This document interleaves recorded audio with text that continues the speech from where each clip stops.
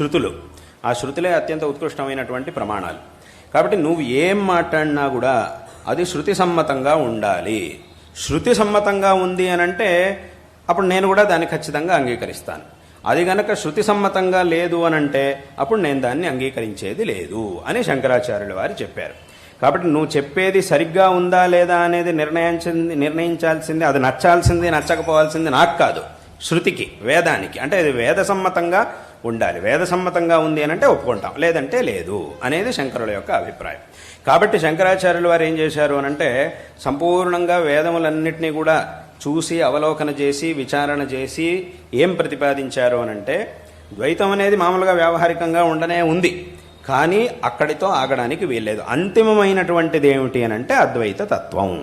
కాబట్టి అందరూ కూడా, అందుకే శంకరాచార్యుల వారు ఇదంతా కూడా విచారణ చేసి చివరికి ప్రతిపాదన చేసింది ఏమిటి అనంటే అందరూ కూడా తమ యొక్క స్వధర్మాచరణ, భగవదారాధన వీటన్నిటినీ కూడా చక్కగా చేసి, అంటే దీన్నే కర్మ మార్గం భక్తి మార్గం అని అంటారు.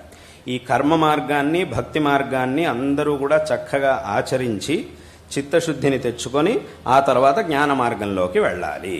జ్ఞాన మార్గంలో వెళ్ళి అక్కడ చెప్పినటువంటి తత్వాన్ని తెలుసుకొని అక్కడికి ఈ జీవితాన్ని, జ్ఞానాన్ని పొంది మోక్షాన్ని పొందాలి అనే విషయాన్ని శంకరాచార్యుల వారు చెప్పారు. కాబట్టి ఈ కర్మ మార్గం మరియు భక్తి మార్గం అదేవిధంగా జ్ఞాన మార్గం అని 3 మార్గాల్ని మన శాస్త్రముల్లో ఉపనిషత్తుల్లో వీటన్నిటిలో కూడా చెప్పారు. వాట్లనే శంకరాచార్యుల వారు కూడా ప్రతిపాదన చేశారు. అక్కడికి 3 మార్గాలు: కర్మ మార్గం, భక్తి మార్గం, జ్ఞాన మార్గం. మళ్ళీ ఈ 3 మార్గాల్లోనూ జ్ఞాన మార్గం అనేది చివరిది.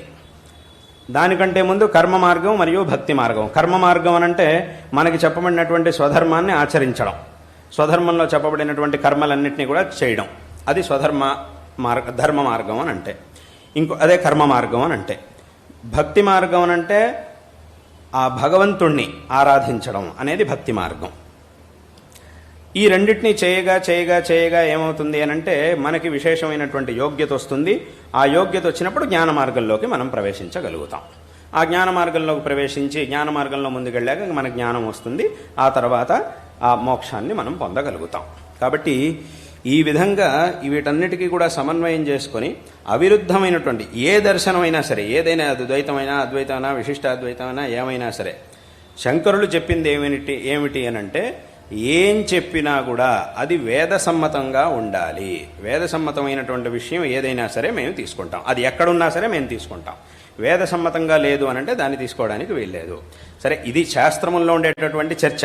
యథావత ఇప్పుడు జనాలకు కావాల్సినటువంటిది ఏమిటి అనంటే ఇప్పుడు చెప్పినట్టుగా మన యొక్క స్వధర్మంలో పరంపరగా వచ్చినటువంటి కర్మలని నిష్కామంగా ఆచరిస్తూ భగవంతుడి యందు అచంచలమైనటువంటి శ్రద్ధాభక్తుల్ని కలిగి విశేషంగా యథాశక్తి భగవంతుడిని ఆరాధిస్తూ ఉంటే అప్పుడు ఈ కర్మ మార్గంలోనూ భక్తి మార్గంలోనూ మనం వెళ్ళగలిగిన వాళ్ళు అవుతాం.